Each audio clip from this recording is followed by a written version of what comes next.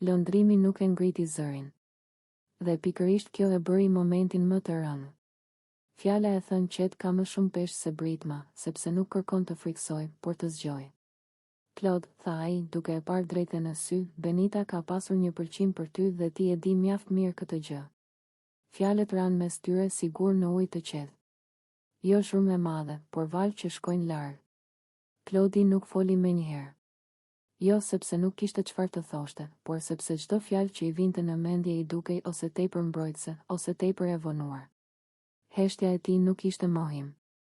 Ishte pranimi heshtur i një të vërtetë që kishte kohë që i rrotullohej në mendje. Nuk jam duke të akuzuar, vazhdoi Lëndrimi. Jam duke të thënë diçka që e di edhe vetë.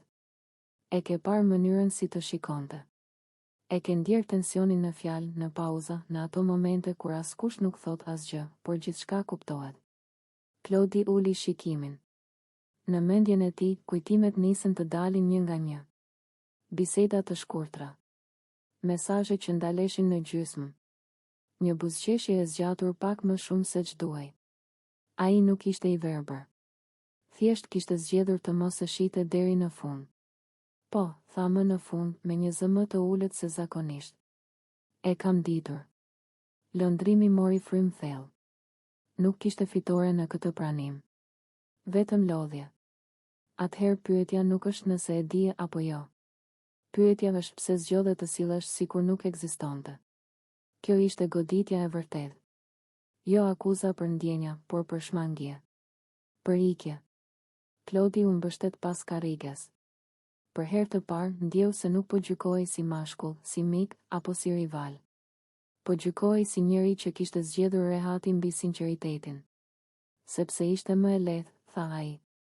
Më e lehtë të bëja sikur ishte vetëm imagjinat. Më e lehtë të mos prishja ekuilibrin.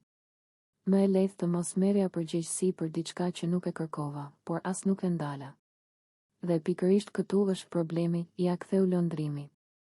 Gjërat që nuk i ndalojmë, i lejojmë. Në dhomë ra sërish heshtja. Jo ajo e rënë. Por ajo që të detyron të mendosh. Lëndrimi nuk ishte aty për të mbrojtur veten. As për të sulmuar. Ai ishte aty sepse e vërteta e pazëshme fillon të kalbet dhe të helmoj gjithçka rreth saj. Benita nuk kërkoi asgjë, vazhdoi ai. Nuk të vuri përballë, nuk të kërkoi premtime. Thjesht ndjeu. Dhe ndjenjat, Claude, nuk janë krim. Por injorimi i tyre nga ai që i kupton është plag. Claudi ndjeu një shtrëngim në kraharor. Sepse thellë e dinte që nuk kishte qenë i sinqert. Jo me Benitën. Jo me veten. Ai kishte përfituar nga paqartësia. Nga fakti që të mos thuash jo nuk të bën automatikisht fajtor në sytë e botës. Nuk doja ta lëndoja, tha ai, pothuajse si justifikim. Lëndrimi buzëqesh i hidhur. Shumë njerëz lëndojnë pikërisht duke mos dashur të lëndojnë. Duke mos thënë asgjë. Duke lënë tjetrin të shpresojë në një boshllëk. Claudi mbylli syt për një moment. E pa veten nga jashtë. Një njeri që pëlqejej, që e dinte këtë dhe që e mbante situatën pezull sepse I jepte një